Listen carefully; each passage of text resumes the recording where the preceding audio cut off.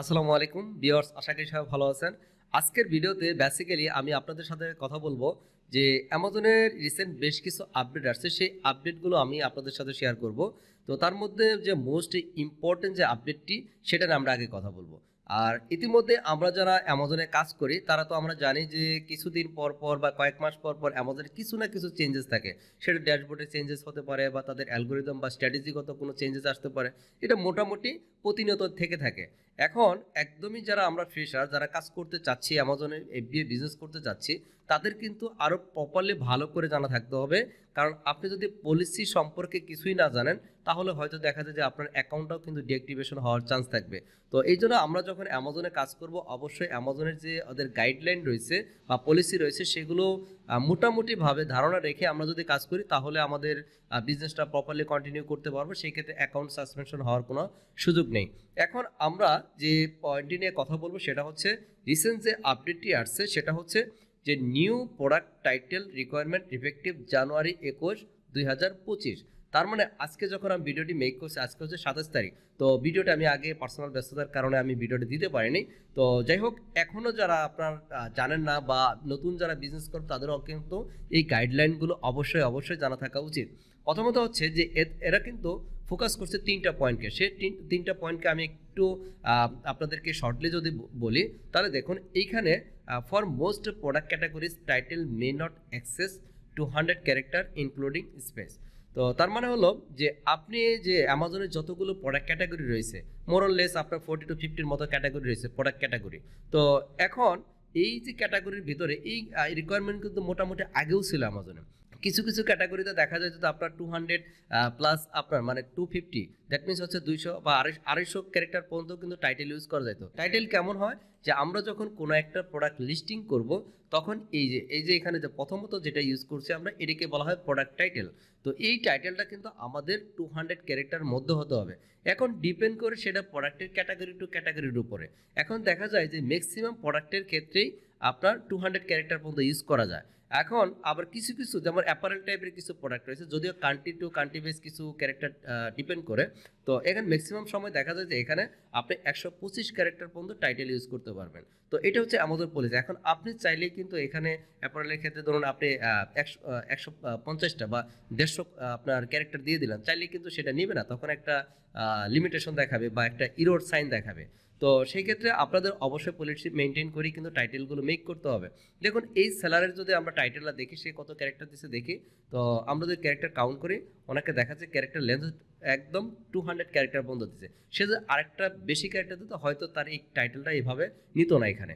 আমরা তো অবশ্যই এটাকে মেনে এইভাবে আমরা টাইটেল মেক করব। পাশাপাশি হচ্ছে যে অ্যামাজন কিন্তু আরেকটা সাজেস্ট করে, এটা হচ্ছে ম্যাক্সিমাম ক্যারেক্টারের কথা বলা হলো। অ্যামাজন সবসময় চায় তুমি যখন টাইটেল মেক করবা সেই টাইটেলটা চাই সবসময় ইউজার ফ্রেন্ডলি করার জন্য। ইউজার ফ্রেন্ডলি হলে টাইটেলটা কী হয়, সবসময় ছোটো ছোটো করা, যেমন অল্প পরে যেন ইউজার বুঝতে পারে যে আপনার প্রোডাক্টে কী বা আপনার প্রোডাক্টের সম্পর্কে মোটামুটি একটা আইডিয়া পেয়ে যায়। হলো এমন যে আপনার যে প্রোডাক্টটা সেটা অ্যামাজন বলে তুমি 80 ক্যারেক্টার থেকে 120 ক্যারেক্টারের মধ্যে ইউজ করো। আমরা যখন 150 ক্যারেক্টার থেকে 160 বা 70 ক্যারেক্টার ইউজ করি তখন দেখা যায় এইখানে আমরা অনেকগুলো কিওয়ার্ড ফোকাস করে টাইটেলটা মিনিংফুল করতে পারি। তো এই জন্য আমরা যারা এসইও এক্সপার্ট আছে আমরা মোটামুটিভাবে দেখবেন যে অ্যামাজনে যারা প্রপারলি এসইও করছে তারা ম্যাক্সিমাম ক্ষেত্রেই তারা এইখানে আপনার 150 ক্যারেক্টার উপরে টাইটেল ইউজ করে থাকে।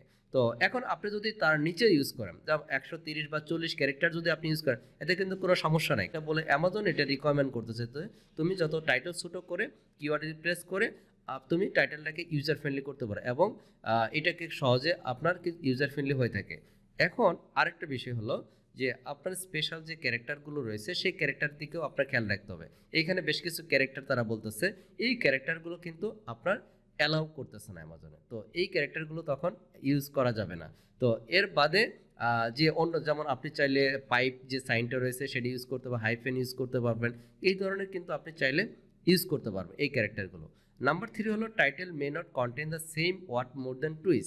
আপনার সাপোজ আপনি একটা প্রোডাক্ট সেল করবেন, এই প্রোডাক্টটা কী প্রোডাক্ট, আপনার ব্লুটুথ হেডফোন।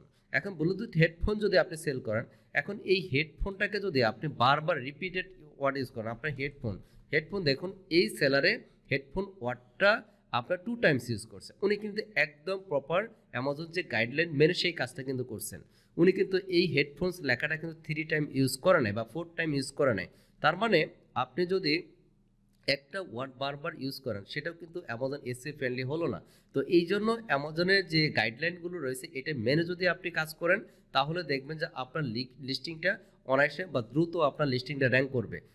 সেই ক্ষেত্রে অবশ্যই আপনাকে প্রত্যেকটা নট অনলি টাইটেল, এটা আপনার ডেসক্রিপশন বলে কি ফিচার বলেন, তো এটা বড় ধরনের যে চেঞ্জটা নিয়ে আসছে তারা এই টাইটেলকেই আপাতত মেন ফোকাস করছে। বাকি যে প্রসেসগুলো সেটা আমি স্টেপ বাই স্টেপ আপনাদের সাথে শেয়ার করব যে তাদের কেমন রিকোয়ারমেন্ট হয়ে থাকে। আর এক্ষেত্রে বলা আছে প্রিপোজিশন, আর্টিকেলস অ্যান্ড কনজাংশন আর এক্সেপশনাল। তো এইটা প্রিপোজিশনের ক্ষেত্রে হয়তো আপনি 3 টাইমস হয়ে গেছে, 4 টাইমস হয়ে গেছে, এটা কোনো ম্যাটার না। কিন্তু এই ওয়ার্ডের ক্ষেত্রে সাপোজ আপনি মনে করেন ফুড কন্টেনার সেল করবেন অ্যামাজনে। এখন ফুড কন্টেনার, আপনি ফুড কন্টেনার বা কন্টেনার ওয়ার্ডটা 3 থেকে 4 বার ইউজ করছে, তো সেই ক্ষেত্রেও কিন্তু কিওয়ার্ড এখানে স্টাফিং করা হচ্ছে। তো এখানে কিওয়ার্ড রিপিটেড কিওয়ার্ড বারবার ইউজ করা যাবে না। তো আপনি কি করেন যে একটা কিওয়ার্ডকে যদি মনে হয় যে না 2 টাইমস ম্যাক্সিমাম ইউজ করে সমস্যা নাই, তো আপনি যতটুকু পারেন মিনিংফুল করে, আপনার শর্ট হোক 120 ক্যারেক্টার থেকে 150 ক্যারেক্টারের মধ্যে আপনি একটা টাইটেল মেক করেন।